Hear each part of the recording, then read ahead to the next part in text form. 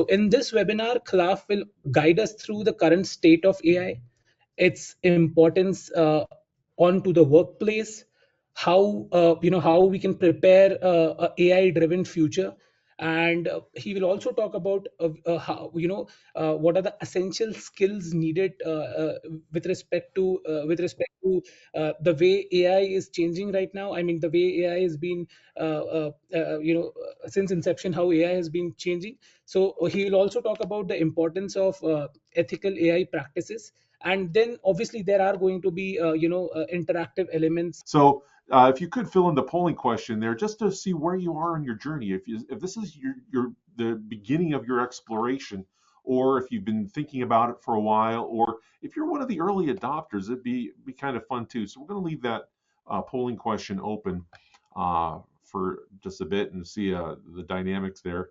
Just getting started, okay, less than a year. Just getting started, okay, very good. And a couple of you more than a year. Good. So we'll just go ahead and leave that open for a bit.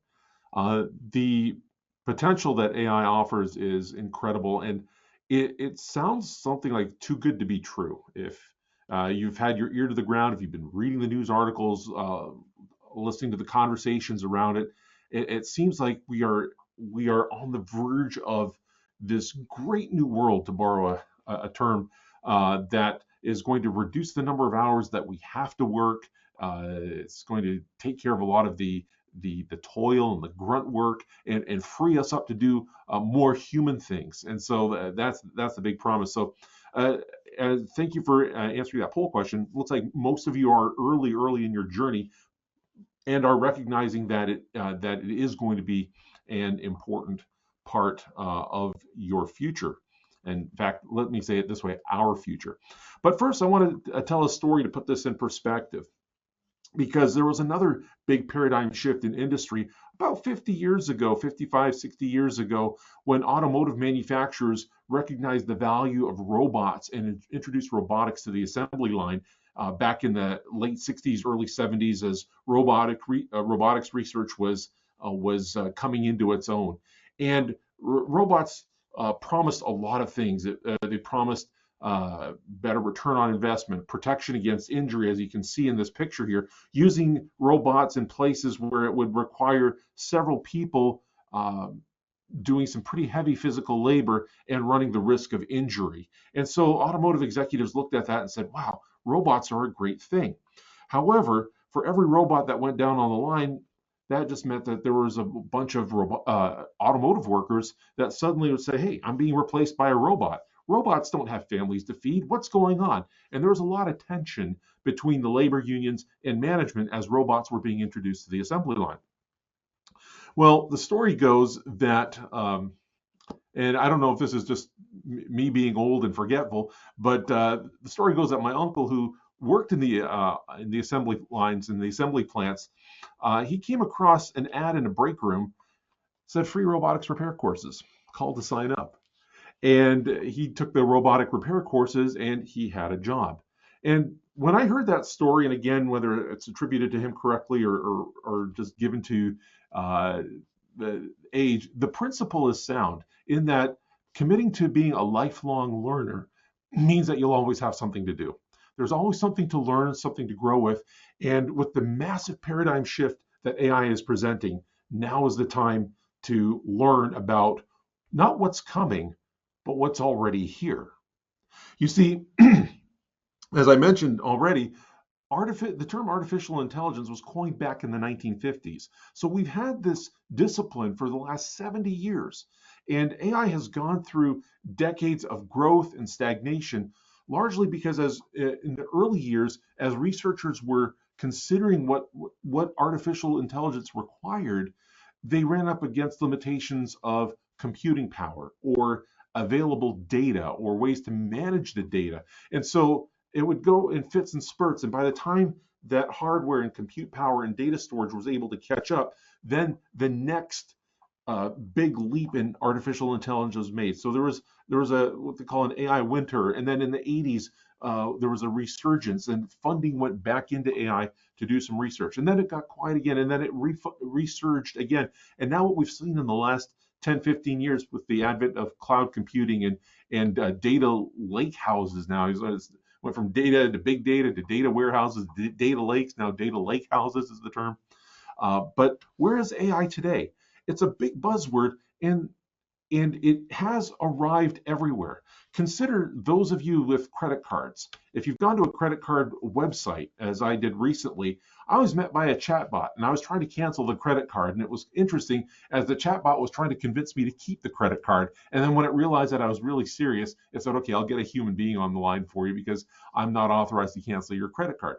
So that's a use of AI to automate some of the tedious nature of initial customer service interactions, and yet recognizing a boundary where human intervention is required. So that gives us some insight as to the value of having an ethical or a transparent AI solution, one that does not completely remove humans from the equation. It rather shoulders some of the burden and recognizes. So final decision making does fall to the humans.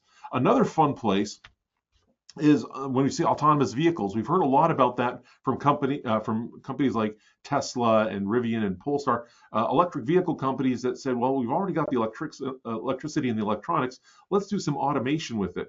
But seeing it applied at big box warehouse stores where these autonomous cleaning robots roam the aisles and just clean, and if they detect a person too close, they stop and they continue to make noise. So these self-cleaning robots, and some of you might have those in your houses with the floor cleaning robots like the Roomba and the Shark that go around and clean. So our artificial intelligence is there already. In fact, even my refrigerator now has a smart AI mode that was just introduced a few months ago. I don't know why my refrigerator has an over-the-air software update, but it did. And it informed me is that according to the smart AI feature, I'm saving a few kilowatts of electricity every month, which amounts to about 50 cents to $1. But I suppose in this day and age, every little bit helps. Another place that AI is in use today that you may have leveraged is language translation tools. And those have just been getting better and better. I remember in the early years using a tool like Google Translate, left something to be desired, and it was sort of a fun exercise to translate something from English into another language and then back into English for me because I'm a native English speaker, and do that 2 or 3 times to see what would happen to the translation, and the translation would deteriorate. What I've seen over the years is that those translation tools have improved, and while I still would not use them unconditionally, they are far better, and they're far further ahead than they have ever been. So they're much more accurate. But an interesting one that I came across this week was in drive-throughs at fast food restaurants. Apparently, Taco Bell has plans to expand their voice AI technology to drive-through locations. So instead of the teenager with the headset taking your order, it's an AI listening to your voice, understanding what it is that you're ordering, and then reading it back to you to make sure that it's been heard correctly. And the nice thing about that is that the AI won't get frustrated with you repeatedly changing your order. The AI won't get tired, and the AI will repeat back to you so that there's a confirmation. So some pretty interesting ways in which AI is already being leveraged. But seeing where AI is, and this is just a small sampling of the hundreds of applications of AI in the world today. But here's the cold hard fact, and this is what we want to appreciate, is that AI isn't going to take your job. Rather, someone who knows how to use AI will.